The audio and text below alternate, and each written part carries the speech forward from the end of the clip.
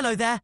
In today's video, I'm excited to guide you through the process of how to transfer or migrate a Google Workspace account. Whether you're transitioning to a new organization, need to transfer ownership of files, or simply want to ensure your data is safe and sound, these detailed instructions will help you every step of the way. To kick things off, head over to the Google Workspace website. This will serve as your central hub for managing all your account settings and user data. Once you arrive, the first thing you'll need to do is locate the admin console. Clicking on this link will redirect you to the login page. It's crucial to log in using your business email, especially the account with administrative privileges, because only admins have the necessary access to carry out these tasks effectively.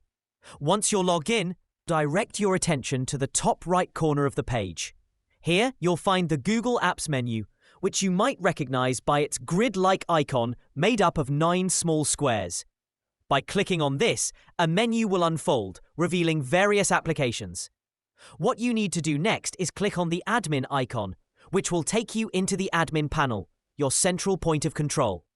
Within the admin panel, navigate to the section labeled Apps. From there, proceed to Google Workspace. This section is crucial, as it allows you to manage all workspace-related operations and settings. Use the Google Workspace Admin console to migrate emails between accounts. Go to Data Migration, Set up Data Migration. Select Gmail as the source and IMAP as the protocol. Enter the source user's email and app password. Choose the source and destination users. Set the migration start date and select folders to migrate. Inbox, sent, etc. Click Start to begin the transfer.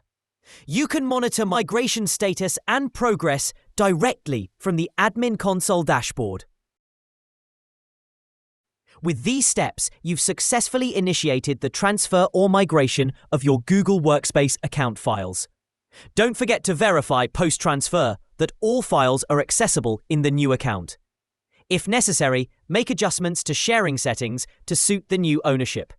Thank you for watching, and I hope this guide has been helpful in ensuring a seamless transition for your Google Workspace account.